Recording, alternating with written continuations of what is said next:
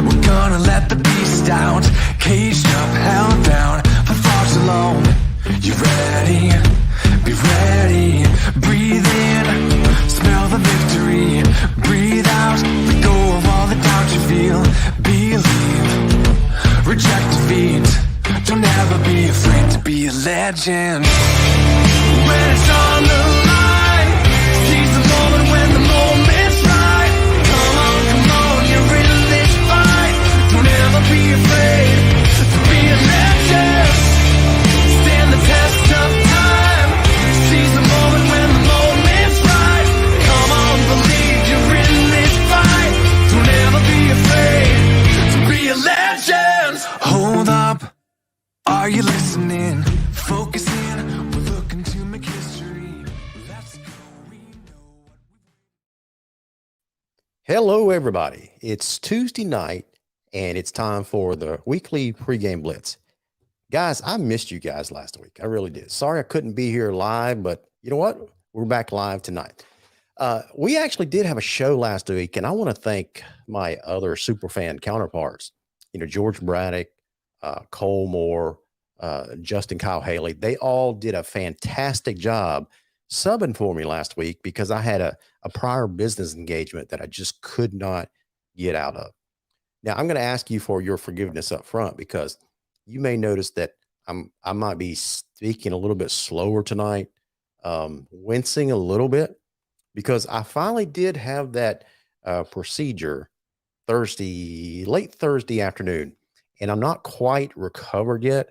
It hurts a little bit to talk, which is really odd because most of the time people can't get me to shut up, but the surgeon got me to shut up. And so it's really weird because I talk for a living, and then I spend Tuesdays and Thursday nights with you guys on these couple of programs that we do at 7:00. One on Tuesday night to talk about the pregame blitz, and that's just basically covering just about all football in South Georgia, Middle Georgia. And then, of course, we do the Thursday night show, which is, around the nation that focuses on Lowndes athletics. And if you're a Lowndes fan, you need to tune in this Thursday night because we're going to have a good show. We got the Lowndes golf ladies coach and the players talking about some outstanding things they've been doing this year. We hope to give you an update on the Lowndes schedule because a lot of schedules are being released now. So if you're a Lowndes fan, you don't want to miss Thursday night's show. We'll give you a facilities update, things like that. So back to what I went through this weekend. So I had that surgical procedure done late Thursday afternoon, about 4:30, 5 o'clock, something like that. And it's really weird. If you've ever had surgery and that involves any type of anesthetic where they just knock you out, right? They give you the shot and they get you to count down backwards. And by the time you hit your third number, they get you to count down backwards from 10, right? And so, man, oh man, you start 10, 9. And by the time you hit 8, I don't remember anything else after that.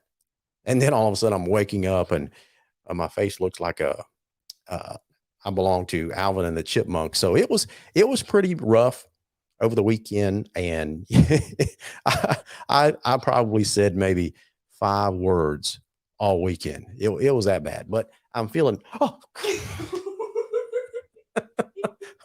my gosh, you guys just nearly saw me have a heart attack live on air. And so out of my peripheral vision, I'm focused on talking to you guys, and out of my peripheral vision, I see some movement to the side. And it's my daughter sneaking up, and she just pranked me. So come on, say hello on the camera. So that's my daughter, Lauren. She's in her second year of college, and I guess she's off of work tonight and wanted to prank old dad. Okay, guys, hold on one second.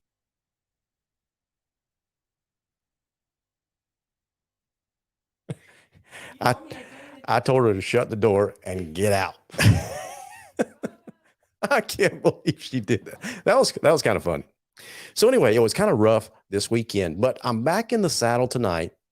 And, as part of me missing the show last Tuesday night and, George, Kyle, and Cole taking over for me, this Tuesday night, it's basically me. Now, I've got Cole joining on audio only. So let's go ahead and welcome Cole in on the screen. Cole, how you doing, buddy? I'm doing all right. How you doing tonight? I'm good, man. I was just telling the audience about my surgical procedure experience over the weekend, and it still hurts a little bit to talk. So I'm talking a little bit softer nowadays and and slower, which it's basically killing me, because you know me by now, Cole. I like to talk, and I Boy, talk. don't you? Hey, easy now. Come on. So Brian cracks me up. He says, well, I guess in your state, why don't you just go ahead and have the Berrien coach on the screen? Cole, would that be funny or what? Yeah, man. All what, $95,000 of them. I don't know if he's up to 95. I know he's 90 plus. Yeah, I got you.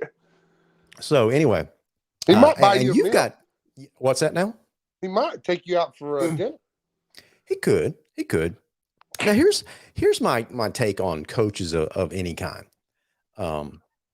One is, Cole, you should never, as a fan, fall in love with a coach, whether it's a head coach, an assistant coach, whatever. Because later on in the show, when we go over some of these coaching changes, just to give people an update, coaches come and go. Sometimes they're only there for a season before they decide to move on. So coaches in general are transient and migratory, right? That's right. They're just looking for the next best thing, just like everybody else. And so we'll talk about some of the coaching changes. So that's why I say never fall in love with a coach. And two, another reason is because sometimes it works out and sometimes they don't win. They're brought in to basically win football games. And if you can get extra things out of them, like teaching student athletes how to, be a great adult. And, Cole, you hear coaches all the time. One of the first things they say when they're introduced as new head coaches, my program turns or focuses or helps my players be better husbands and fathers. Yeah. They all say that. That's every MO. I mean, ever since I've gotten into this, following these coaches, that's number one. You bring them, the school board brings them in, and that's probably one of the very first things they say right off the bat. Yeah, and there's nothing wrong with that. I actually love the fact that they say it, and some of them actually mean it, right? Yeah, but that ain't why. But at the end of the day, that's not why we hired you. Yeah, you got to win football coaches. You got to win football coaches. You got to win football games. Hey, man, whatever. Don't how long ago was that surgery? Don't say it. How long ago? Hey, if that's affecting you still that way, hey, hook me up. Well, I can neither confirm nor deny what you're implying. I'll just put it that way. So speaking a little bit slower. My speech is probably slurred a little bit because I can only talk. I'm trying to focus on talking from one side of my mouth, and it's very difficult to do, So anyway, well, hey, I will say this about the coaching thing, especially into today's time. Yeah. You can't fall in love with the coach. I mean, you had the Joe Wilsons of the world, the Gene Brody's, the coaches that were there for the long haul. Right. You know what I'm saying? Yep. LG, the ones that stuck there 20 years, 25 years in the program. That's right.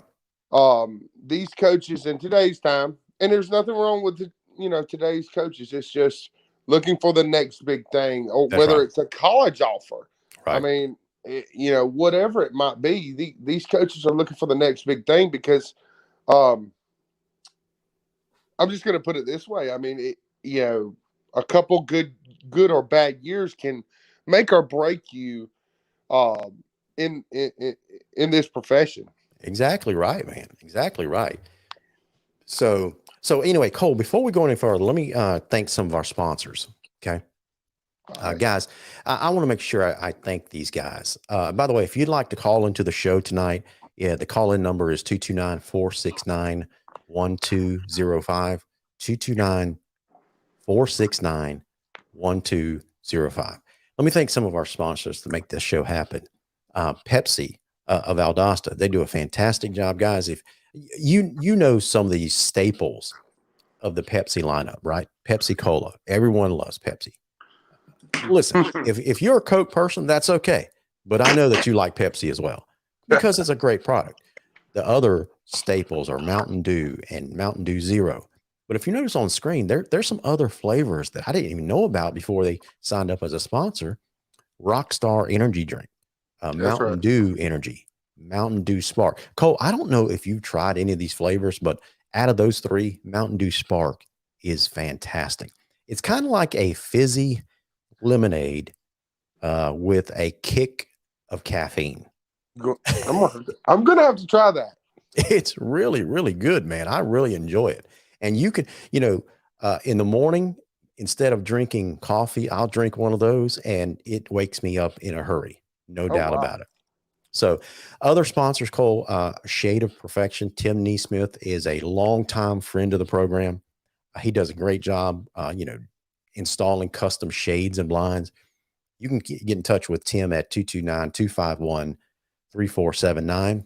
The Migraine and Spine Clinic of Valdosta, Josh Batson and Justin Haskin do a great job of treating. Man, they do such a good job of treating not just chronic, but acute migraine symptoms as well. They have a variety of treatment options for you. So I'm sure that if you've ever experienced a migraine, you need relief and relief quickly.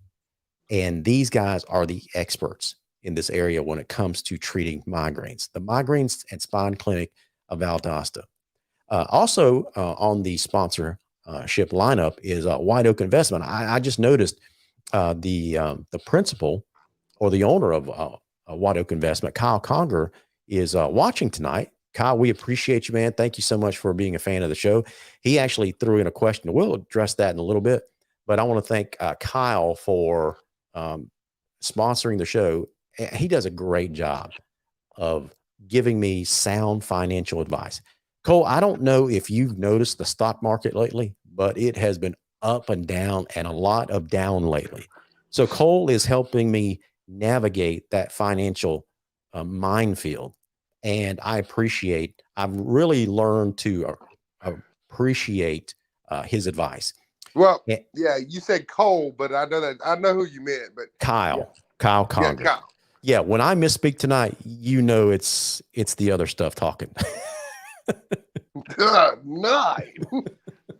So anyway, and listen, it's the only way to control the pain, man. It still hurts. It still hurts. Believe me, it does. I also want to thank Matthew Godwin, Verizon Wireless on Perimeter Road, G Nation Media. Guys, if you would like to sponsor the show, if you own a business, you'd like to sponsor a show, why not give us a shot? We reach so many people, not just on these shows, but through our main website or main Facebook page, the Viking Nation, where, we could get anywhere from 20 to 60,000 viewers a month. And we're about to roll out something just as cool as well, the PreGameBlitz.com website, where that will be chock full of features. So Cole, I'm going to actually walk through that tonight and give people kind of a sneak peek at that new website, PreGameBlitz.com. Guys, it's not 100% ready yet, but I don't mind showing it off because it looks good. And Cole, I don't know if you've had a chance to look at it yet, but man, it's really slick. It really is. And there's some really cool features coming. I took a jab at it earlier this week. So guys, those are our sponsors. So we want to make sure we always thank those guys. Cole, let me ask your opinion on something. There seems to, this kind of got me thinking a few weeks ago when Robbie Pruitt stepped down from a very good position with Coffee High School and that football program there, mainly for one reason. It was a financial reason. He originally came up from Florida because he coached in Florida for a number of years before he came to Georgia to coach. And so he made that decision. It was a financial decision to come to Georgia. So everybody knows, I think everybody knows Robbie Pruitt's story. He came on to coach at Fitzgerald, then spent a season with Warner Robins, came back to Fitzgerald, had all kinds of success, then took over the Coffee County program, and he's put in his time enough in the state of Georgia to basically retire and start getting his pension.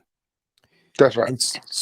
And so he makes another financial decision to move back. Since he's got his Georgia pension secured, he moves back to Florida and is taking over another Florida program next season to basically close out or be completely vested in the Florida state teachers pension system, I guess.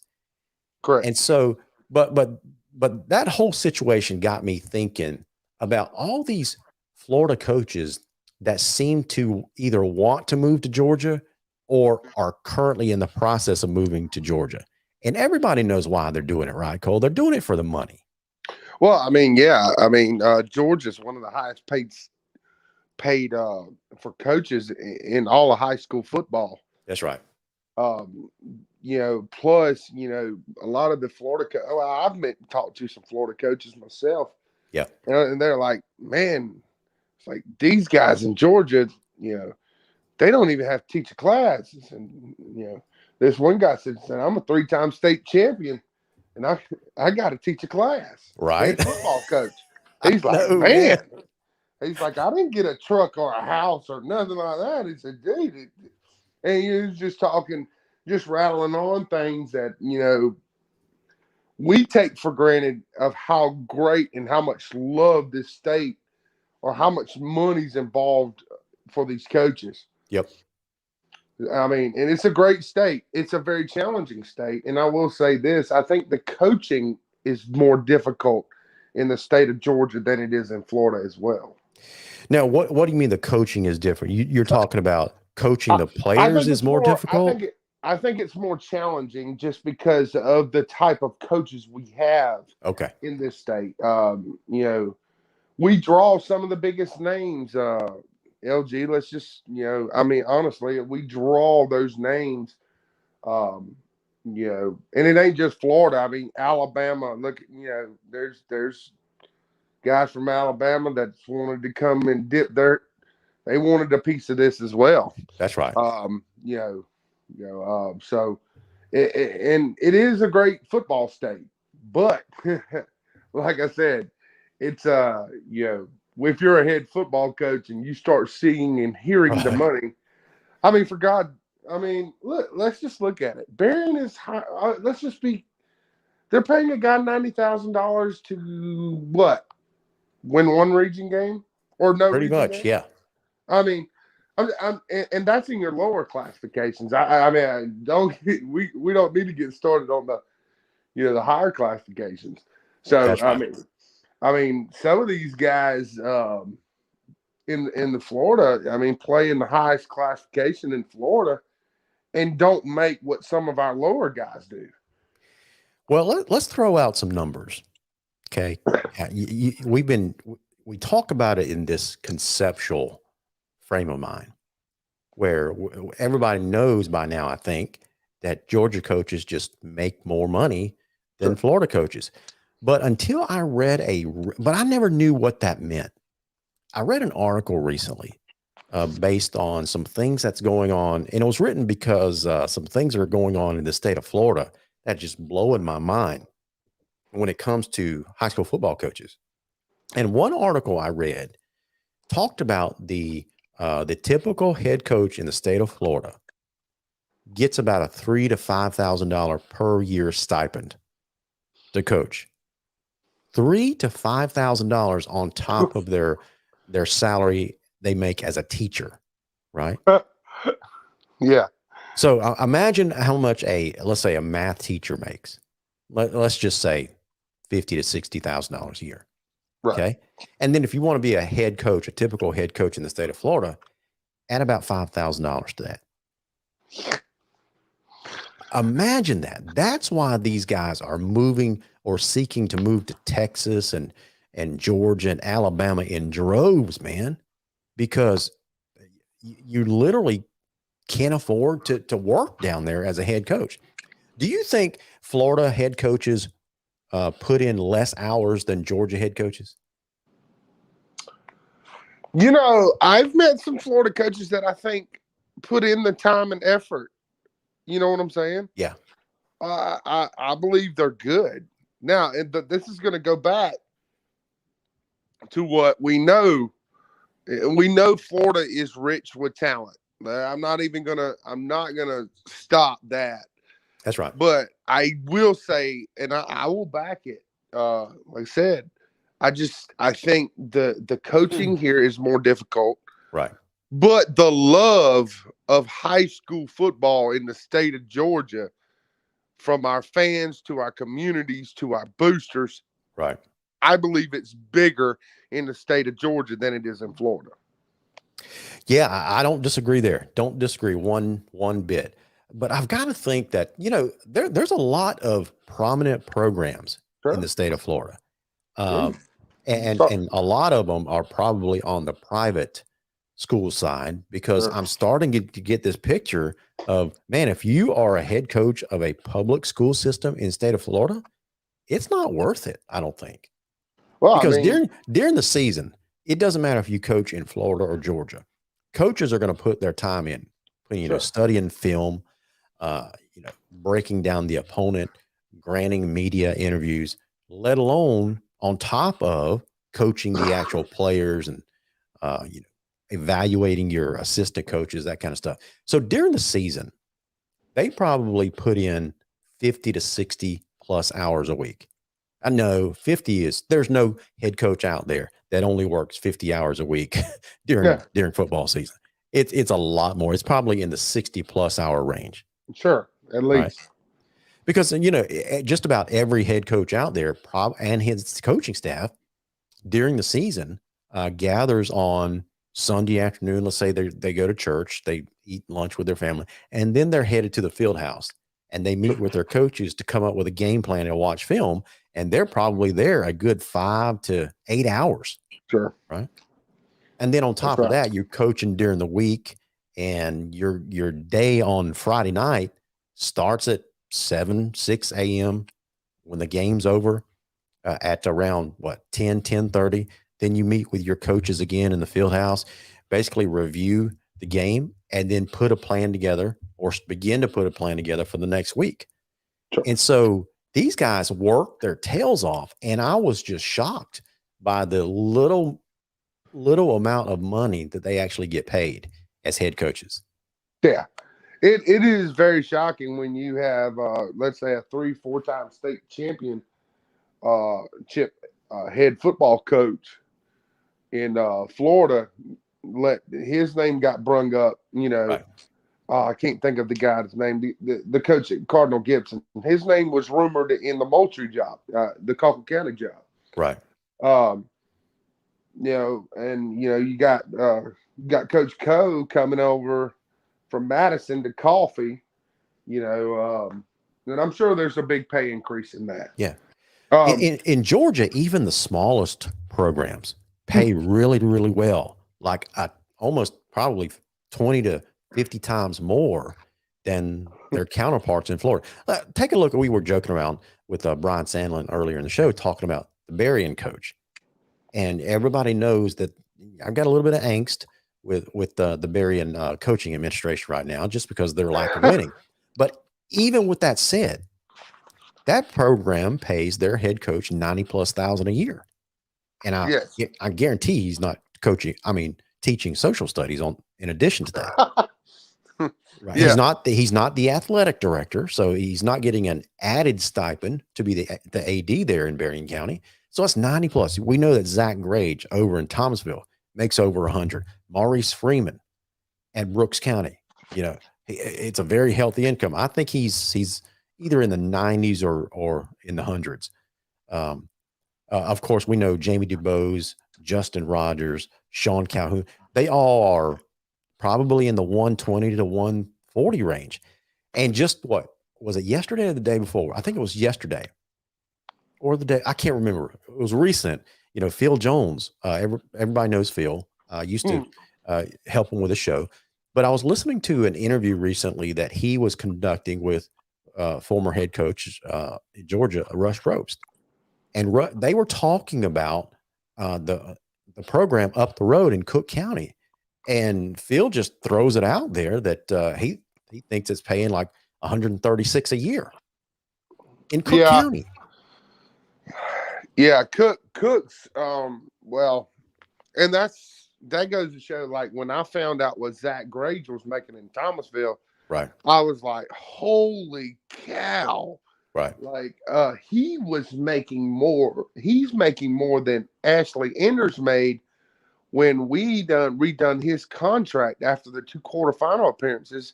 Right. And Ashley Enders was in the highest classification in the state of Georgia. Yep. So do you think, you know, I'm going to ask you your personal opinion on this, and there's no right or wrong answer. So guys, I'll throw it out there to the audience as well. Do you think Georgia high school football head coaches make too much money? If they're in the 100+ range, is that too much money to pay a head coach? It's a difficult question. Yeah, it is. Like, I'm on the rocks, like on the fence type deal, because here's my thing. Like, if you're helping kids get into college, yeah, you know, because you know, if you're spending your extra time calling colleges, sending tape in, trying to get these kids to the next level, trying to get these kids that may not, their mom and dads may not have the financial abilities to send their sons off to college. If you're busting your tail like that, if you're doing what you know, if you're going above and beyond, and getting these kids into college, I mean, that's where I'm gonna be like, man, I can see why, you know, you would pay a coach over 100,000. That's right. You know, and some people's gonna look at me and be like, oh man, that's way too much money for a coach. But I'm just sitting there like this. I mean, if you're helping getting, you know, and that's what I loved about signing days, especially down here.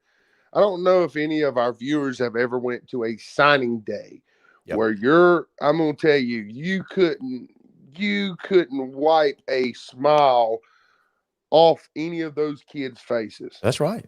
And if you're doing that as a head coach, and I don't like Rush Probst either, but I'll never forget that time where he had, like, LG, it was a lot of kids, like 25, 28 kids sign letters of intent to go play college ball. Yeah. Look, you know, you're doing stuff. If you're doing that, man, I can see 100. I'm just going to put it out there. I can see a coach making over 100,000. Yeah. I'm on the fence. You know, I think coaches deserve, or at least head coaches in high school football, they deserve to be paid well. I just don't know what that cap should be. I don't think they should make 200,000. Should they make 150? Here's the sticky part of this conversation, right? Because everyone always asks the question. It's a legitimate question. It's like, what about the math teacher? Yeah. That poor lady, that poor guy, they put in their time all year round, you know, grading papers, putting together a lesson plan, meeting with disgruntled parents, trying to discipline students, trying to provide guidance to students. And, oh, by the way, they got to teach a math class too. And math is not an easy subject to teach. Right? Well, I hope there's no educators watching this show tonight, because I'm probably fixing to ruffle some feathers. Because I've been in the political part of a program of football. Yeah. You know, a booster club, a touchdown club. Yeah. Here's the bottom line to the math teacher and the social studies teacher, the language teacher, you know, even the AP teachers. Listen, down here, especially in the state of Georgia, winning brings what, LG? Money. Winning brings money. And no offense to the math teacher, she may be helping that child out, but that football coach, if he takes your team to a semifinal or a state championship, that brings in money. And whether people like it or not, that is why our administrations are Yeah. willing to give this money to our coaching staff because it brings look and I'm not saying it's right. Like before anybody throws eggs at me, I'm not saying it's right. But what I'm saying is I don't know if many people let's go back 10, 15 years, even 20 years down to Colquitt County. Yeah. Decent football program, horrible facilities, LG. Yeah. Horrible facilities. I remember, I played, my senior year was Rush's first year. Right. And we had to go in those locker rooms as a unit because it wasn't big enough for the whole team to. That's right. It was just an awful facilities. And now what happens when you win? It brings in money. You have Colquitt County now has state of the art facilities. That's right. And I understand where teachers come from. It is a very, very it's a very sticky subject. I hear you loud and clear, and I understand where you're coming from. And there is a lot to be said for rewarding a coach that not only does all the things that we talked about previously, but to also bring in lots of revenue. Because if you have a state championship coach, even if they make it deep into the playoffs, that is so much money for your program. I remember that year that, Jamie DuBose's first year as head coach, it was the first year of COVID, 2020, right? Mm-hmm. He made it all the way to the, even as rabid as the Lions fan base are, COVID still had an effect on our attendance. The games were still well attended, but you can tell that COVID took a bite out of the weekly attendance. Just by DuBose going deep into the playoffs, it helped to offset some of those financial losses due to COVID because we brought in a lot of money because we hosted a number of home games. Right. And so, I get it, man. It matters. It matters a lot. Now, Franklin Webb has an interesting suggestion. Check this out. He says, I think there should be a base salary with incentives for wins. What do you think about that? Maybe a lower base salary, but you backload it with all kinds of financial incentives for wins. Yeah, I think that's what they need to, at least Barron County needs to try that out. I think, Franklin, that's a great idea. It is. That is a great idea. The rubber will meet the road in a hurry if that position was incentive laden like that. But here's the thing. Will the top elite coaches go for a job like that? Let's say we have base salary and here's your incentives. That's where you run into your issue there. Yeah. You know what I'm saying? That's just me, but I think it's a great idea. I do too. So Franklin Webb, great idea, dude. Great idea. Now, Jeff Dasher's got an interesting take. He says, I've got a quick question. What do you think about the impact? What do you think the impact will be on smaller, underfunded schools on traveling to away games if these gas prices stay the way they are? With the reclassification, some schools have a long way to travel. So not exactly the salary, but it is financially related to the program.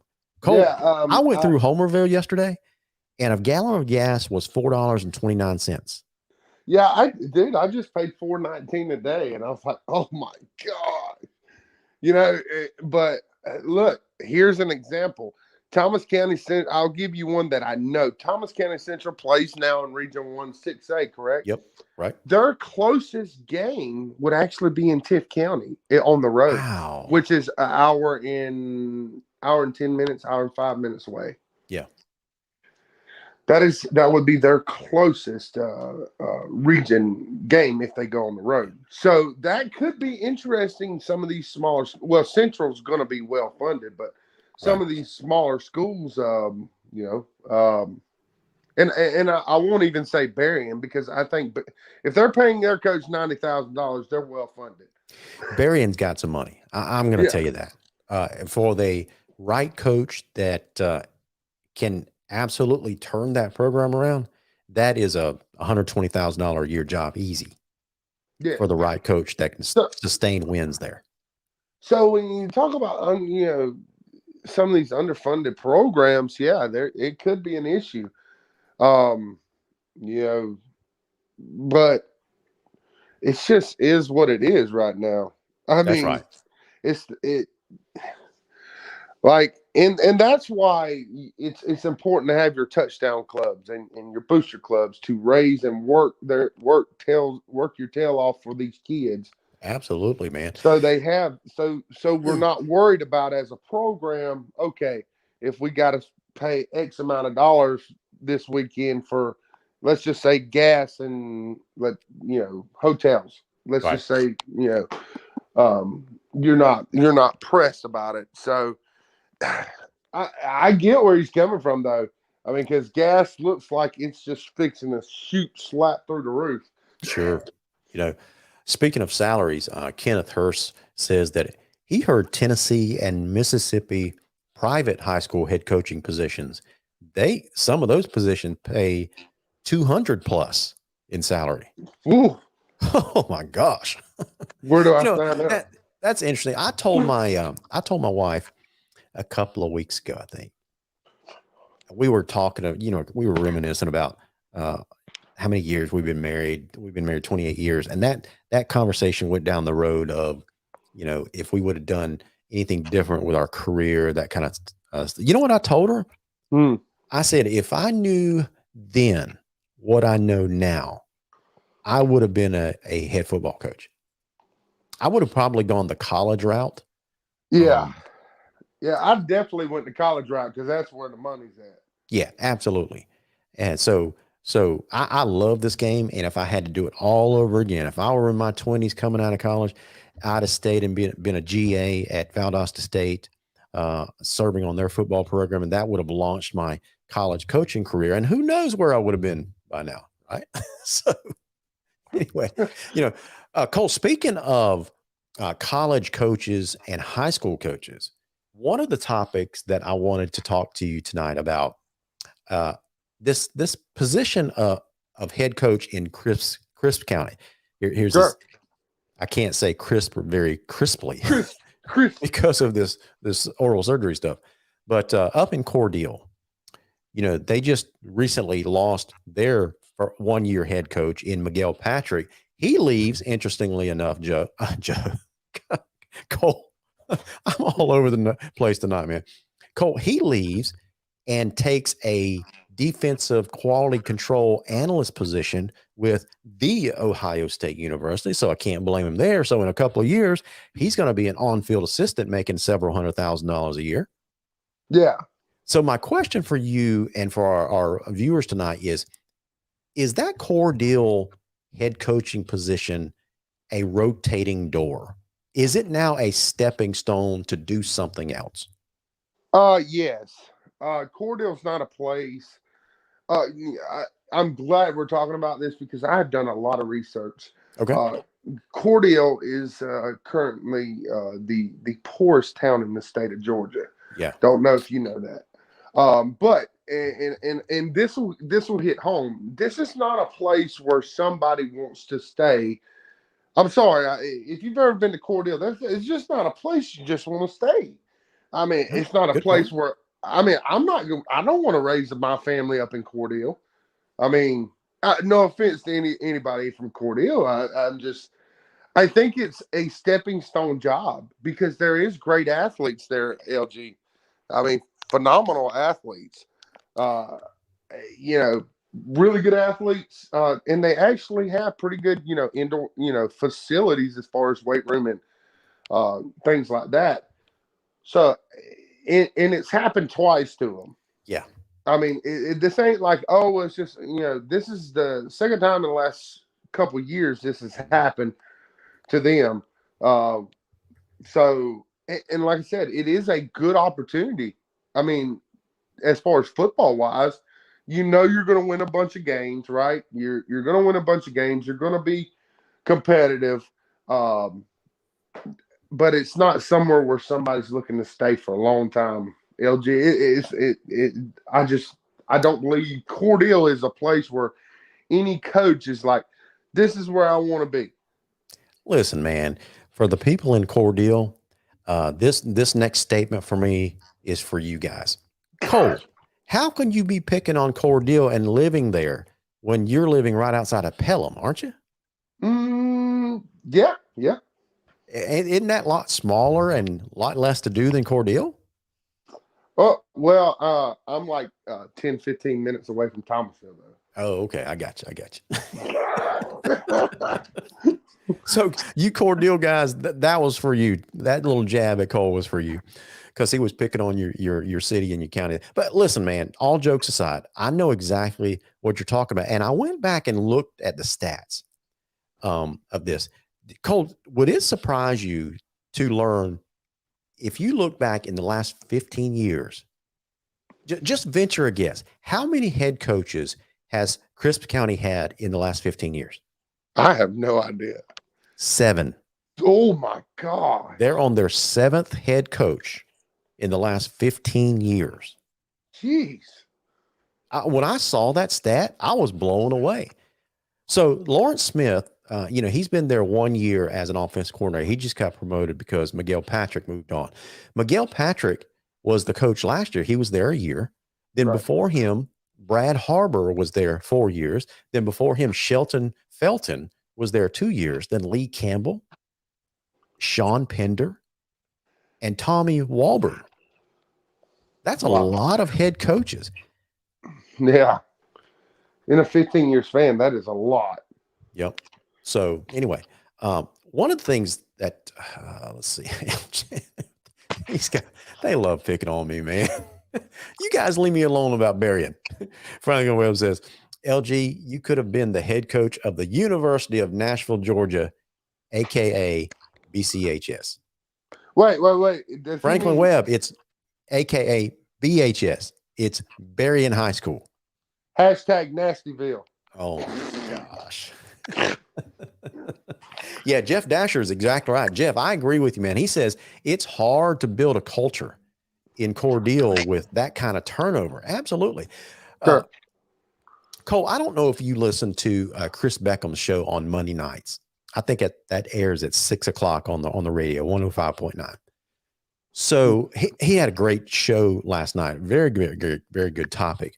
And one of his topics was what is the most important thing or things that a program needs to build a winning and sustainable football program? I thought it was a great question to talk about and debate. And this kind of goes along with what Jeff Dasher is talking about. It's hard to build a culture in Crisp with that kind of turnover. I called into Chris's show last night, and my answer was the most important thing is culture that's made up of 4 things. And you've heard me say this before. You got to have a great supportive administration in place. You got to have the community support. You got to have great coaching, and you got to have coachable players. You got to have all 4 of those things to have sustainable winning, right? Right. And so in a program like Crisp County, they could have the best administration in the world, the best facilities, the best athletes. But if you're averaging a new coach every 2 years, there is going to be hiccups and problems with your program. Yeah, big time.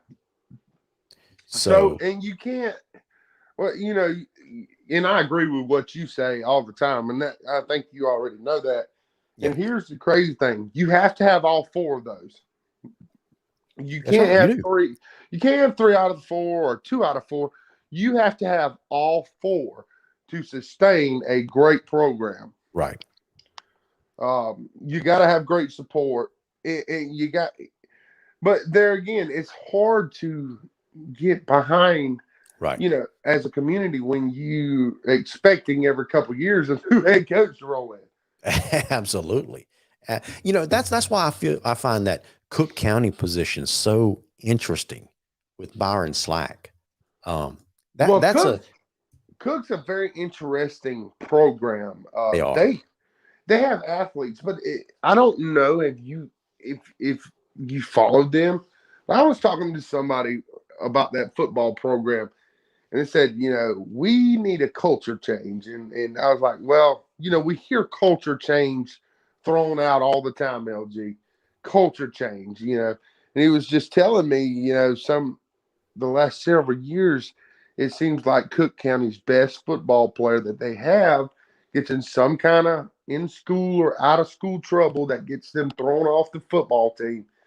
Um, that's an interesting job, though, because have you seen their new facilities, the new football field? And, I wonder if all that, um, they're hungry too. Yeah. I mean, they're very hungry, LG. And I know a bunch of some of those folks over there in Lowndes County is going to be pulling for Byron Slack. Not me, because Yeah. they're arch Oh, enemies yeah, of my alma mater, Berrien County, man. That's right. That's right. I keep forgetting y'all are some kind of big rivals or something. Jeff Dashers asked the question. He says, what is the salary for a head coach at Crisp County? Honestly, I really don't know. That's a great question. I don't know. I'll look it up though. So, well, the Georgia Open website, it may be down. So anyway, here's an interesting question. No, not a question. Let's see. Armand Rashad, look at Lowndes when Milton Miller started at 95 playoffs, 96 quarterfinals, 97 region, 98 playoffs, 99 state title. That's the foundation right there. Well, you're right, man. It takes a while to establish culture. And if you keep rotating coaches, I just looked it up. Cook County is on their 7th coach in their last 15 years. Now, part of the reason that coaches leave is sometimes they're asked to leave. Right. We started this show, Cole, talking about the amount of money that Georgia head coaches make. And with that kind of dollars comes a tremendous amount of pressure to win. It sure does. Would you agree with that? It sure does. I've done seen it. I've done seen it firsthand, and I'm not, and I've seen coaches fold under it firsthand, and I'm sure you have as well, LG. Listen, that I don't envy a head coach in high school football. That's why I said a while ago, if I were to do it all over again and go into coaching, there's no way I would coach at the high school level for $150,000. There is no way, because the amount of pressure that is born on that position to make it more worthwhile. I think that's why I would go the college route, because a running back coach at the state of at UGA under Kirby Smart is $300,000 to $400,000 plus. Right. Like what Dale McGee did. Dale McGee started out as a head coach at Carver High School over in Columbus. I think he went to Georgia Southern. Then to did he go to Alabama? I can't remember. But shortly after that, he became the running backs coach at Georgia. Yeah, and I know. Now he's making some bank. Yeah, he's making some money now. Yeah. So, okay. So my website's finally working. I was gonna. So does Josh Crawford. A lot of people from around that Valdosta area remember him. He's making absolutely. He's making pretty good money at Western Kentucky right now. That's right. All right. So let's see. You guys want to know what McGill Patrick made? No, that was only a partial year. So that's right. Only partial. Yeah. So let me throw this question out for you. Where was it a while ago that I saw? How many years do you think? Let's say you get a brand new head coach, and let's say he's a pretty good head coach according to his pedigree. How many years would you think it would take to establish not just a winning culture, but a championship culture? How long? Yeah. How long should it take? That's that's up to the pro. So when you ask that question, I would ask another question. What position is the program in when he takes over? You get what I'm saying? Yeah. What position? Because that matters too. Right. How was the feeder program? What do we have coming up? Normally the old cliche is 3 years. 3 years you should have your guys in there and you should be able to perform and set your program up. That's But honestly, depending on the program, I can see it taking 4 or 5 years. That's right. Usually, we don't give these coaches that much time. Right. That's just bottom line. But so I think it's unfair for a coach that comes into a bad situation to say, okay, we're giving you 3 years and your feeder programs and not doing well. You don't have a lot of athletes to work with. Right. You know what I'm saying? Or I don't think it's fair to say in 3 years you're supposed to bring a program back. Or make them have them winning ball games. And so that's just my opinion, but yeah, listen, I get it, man. Hey, I want to, we got a few minutes left in the show. And I wanted to not walk people, just basically give people a glimpse of some of the things that we're doing here at the PreGame Blitz. And so I talked about earlier in the show, one of the things that I do in my spare time, some people go fishing, some people go hunting, some people work in their garden. I'm a tech guy. I build things. I build like websites and graphic design and that kind of stuff. That's just who I am. Yes, I was a football player, but a chess player in high school at the same time. So these are some of my hobbies that I like to do. So I like to put tech things together and see if we can create something. And so one of the things that I thought would be really cool, Cole, is to have a website called pregameblitz.com that not just any old other sports website, but some of the things that I'm doing is trying to be innovative at the high school football level. Let me show you what I'm talking about. So guys, I don't know if you can see this on the screen, Cole, but this is something that I've been working on the last couple of weeks. And since I was down for the count and couldn't really do anything or say anything over the weekend due to my surgery, I had a lot of time just with a laptop in my lap, sitting in my recliner, writing code and putting this website together. So this is it, the pregameblitz.com. You can go ahead and get to it. A lot of the links are broken, but we've got the link to the live show. So if you notice that, see, there's the live show, right? You can click on play and people can actually watch the game directly through the website. You can go back and check this out, Cole. You can go back if you missed an episode. You can go back and look at pull up an archived edition of one of our shows. Wow. So during the season, my plan is to have a real-time scoreboard. So I can't reveal how it's going to work because that's just the secret sauce, right? So I'm hoping to have a real-time scoreboard by the time the season hits. So all these teams in this area will have their scores updated on this site. We've got a fan forum where people can go and talk about different issues when it comes to high school football.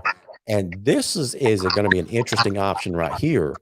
I'm also implementing a pick'em contest where you can register through the site, and every week there will be a list of games, and you go and you fill out this form on the website. You come back over the weekend, and it will show you who the winners were, and it shows you on the screen. It ranks them on who did the best, who did the worst, that kind of stuff. It just gives us a lot of fun stuff to talk about during the season. And of course, we'll track rankings. We'll track recruiting offers. That's partially working now. So if you take a look at recruiting offers, this is a start of a recruiting database. Let me go ahead and blow this up so people can see that a little bit. So you can easily go in and see which team you're following, the players, and the offers that they've had. So there's the 6A database, and so it's going to be really, really cool and a useful tool when it's all said and done. What do you think so far, man? Looks good, man. We can do a lot with this, though. I mean, we can do a Absolutely. lot with it, and giving our fans, a website to go to, and be able to watch that. The pick'em contest. Hey, you're starting to break up on me. Can you hear me? Yeah, I can hear you now. What did you say about the pick'em contest? I said everybody loves that stuff right there, man. We always want to be right. We want to show we're right. That's right. We did this in a smaller scale a couple of years ago, and we had so much fun throughout the season with that. Mm-hmm. And so another type of deal that I'm doing a little bit different is I'll bring it up on screen. You'll notice here, guys, there's a little ranking section right there as well. It's not really working very well right now, but this is last year's rankings. But my goal is instead of guys having to rely, Cole, on the AJC to rank them. The AJC is a couple of sports writers that give us their opinion on who they think the best teams in the state are, and everybody treats them as gospel, right? Because they're the AJC, but it's basically just a couple of guys. Same thing with GPB. Same thing with in the game. Those rankings are basically done by Phil Jones. It's one or two guys at these different organizations that put together these rankings. Mm-hmm. And so what I'm trying to do is give our fans the ability. So what I'll probably try to do is recruit 10 to 20 people throughout the state to actually log into our system and vote on these teams every week. And it's going to be a fan generated poll. What do you think about that? Yeah, I love it. So anyway, that's the kind of stuff that's coming, man. That kind of stuff that just really, really is fun to try to build and talk about. So guys, that's the kind of stuff that's coming. So stick with us, man. We're doing some really, really cool and innovative things at the PreGame Blitz. It's not just a Tuesday night talk show where a bunch of meatheads like us get on the screen and talk about, our favorite game and trash talk. We still have plenty of that stuff that we're going to do, but we're trying to build a lot of value for our followers, our viewers, and people that are excited about high school football. So that's why I'm building some of these tools in. And it also gives a lot more exposure to our sponsors. And that's another primary driving factor in all this. So anyway, a lot of good stuff coming, guys. Stick with us week after week. Tell your friends about what we're doing here on Tuesday nights. Share this broadcast. I know it's about to be summertime. People got a lot of stuff to do. 7 o'clock and shortly, it's still going to be light outside. Yeah, it'd be daylight. That's right. And the last thing that a lot of people are going to want to do is come inside and watch another show, which, remember, you can watch this on your phone anytime, wherever you are. So we need you to stick around, and we need you to share this broadcast and share this website with your buddies that love high school football. And that's what we'll continue to do. Amon, Rashad, last thing here before we call it a night. How much money do I have to raise to get Lowndes to bring back the silver helmets? You know what? Hey, they look a lot better than what they got now. I wish the silver helmets would come back. I really do. I love those helmets, but it's not up to me. I heard a couple of years ago that we were making an effort to bring back the silver helmets, but it hasn't been done yet. So Armand, all you Lowndes fans out there, get in touch with Jamie DuBose. He's the guy that makes that decision. If he wanted silver helmets for this upcoming season, by golly, we would have silver helmets. That's just the way it works. So voice your opinion. Tell the coach that you want silver helmets. That's all I can tell you. So anyway, guys, that's going to wrap up our show for the night. Thank you so much for tuning in to the PreGame Blitz. Cole, any last words of wisdom that you want to share with the crowd? No, I'm good. You're good. All right, guys. You guys have been watching the Pregame Blitz on behalf of Cole Moore. I'm Larry Godwin. You guys have a great week, and we will see you next week. Adios, guys.